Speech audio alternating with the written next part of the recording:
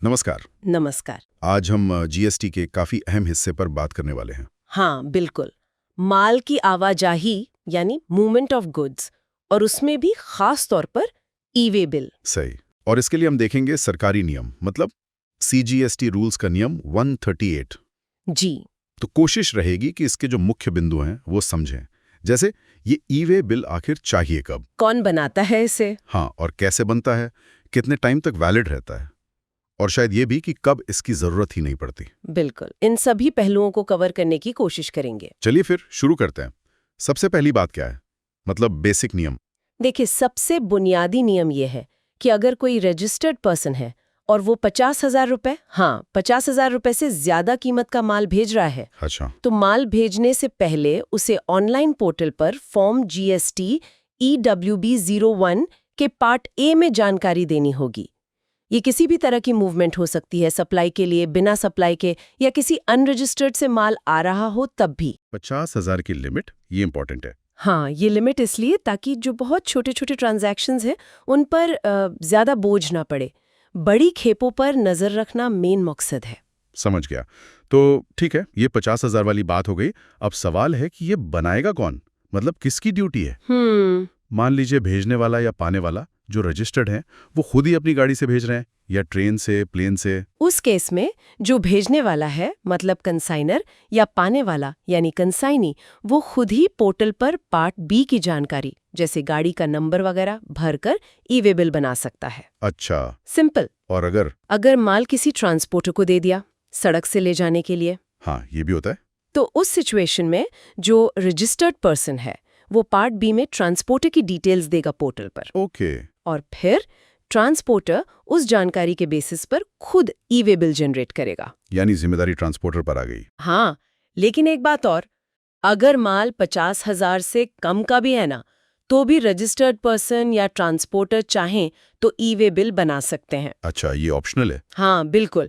ये सुविधा actually unregistered लोगों के लिए भी है, अगर वो चाहें तो।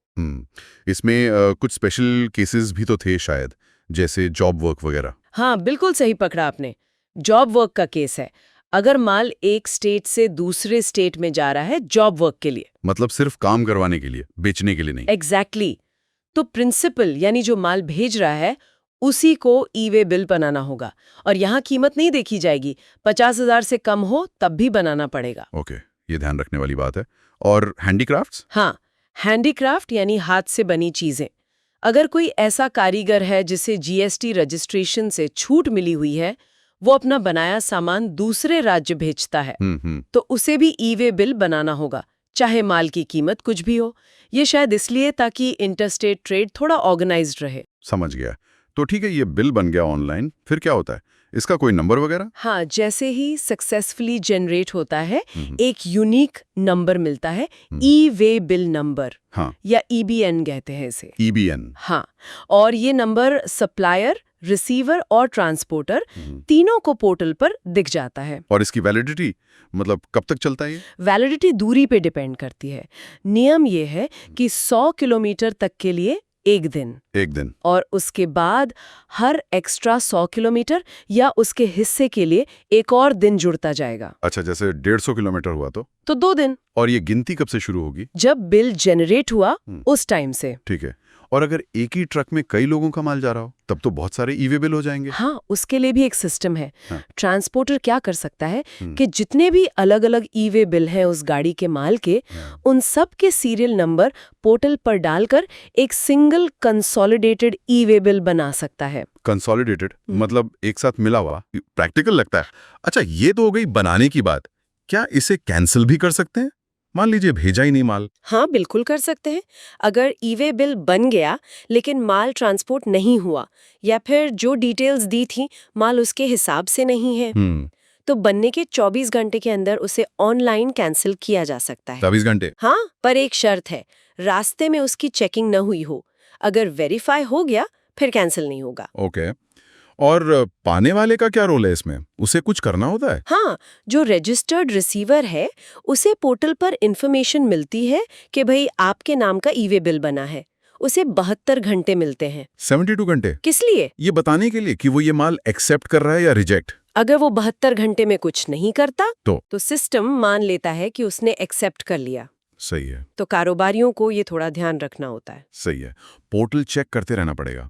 अच्छा, एक और बात, अगर बहुत कम दूरी हो, जैसे शहर के अंदर ही। हाँ, उसके लिए एक छूट है।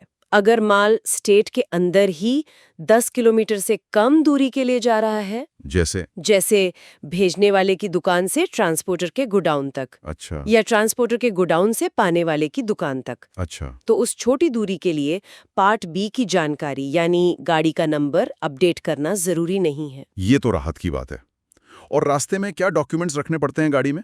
नियम 138A कहता है कि गाड़ी के इंचार्ज के पास या तो इनवॉइस हो या बिल ऑफ सप्लाई या डिलीवरी चालान, और साथ में ई-वे बिल की कॉपी, फिजिकल या इलेक्ट्रॉनिक, या फिर कम से कम वो यूनिक EBN नंबर तो होना ही चाहिए। अब तो RFID टैग की भी बात है, जिससे ट्रैकिंग आसान हो। और अगर रास्ते में चेकिंग हुई, मतलब अधिकारी ने गाड़ी रोक ली, हाँ, तो नियम 138B(C) और D अधिकारियों को ये पावर देते हैं कि वो गाड़ी रोककर डॉक्यूमेंट्स और माल चेक कर सके। ओके। अगर RFID रीडर है तो उससे भी वेरिफिकेशन हो सकता है।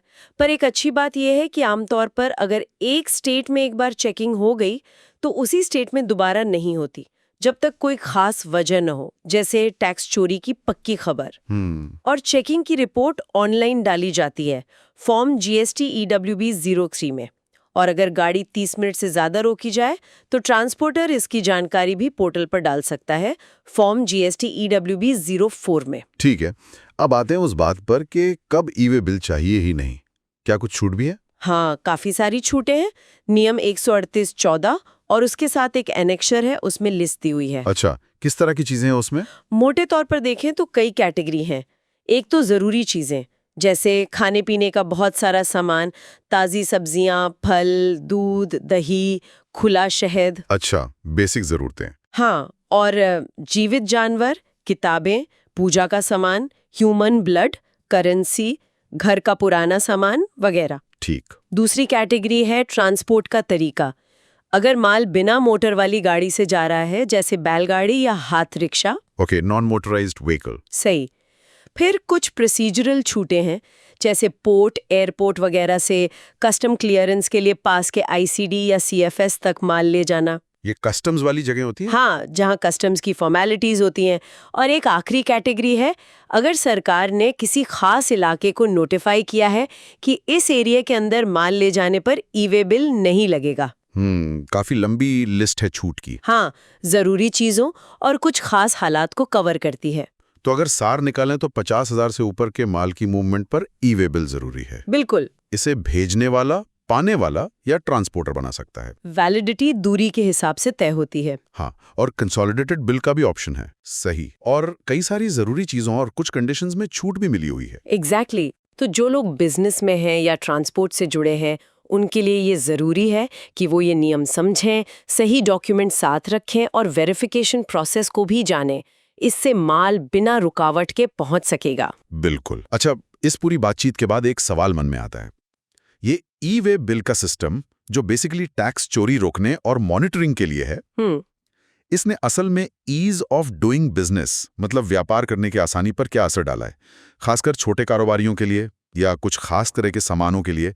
क्या ये टैक्स कंप्लायंस और बिजनेस की सहूलियत के बीच सही बैलेंस बना पाया है? ये सोचने वाली बात है। बिल्कुल, इसका असर अलग-अलग सेक्टर्स और बिजनेस साइज पर शायद अलग-अलग रहा होगा। हाँ, ये सवाल शायद श्रोताओं को सोचने के लिए छोड़ा जा सकता है।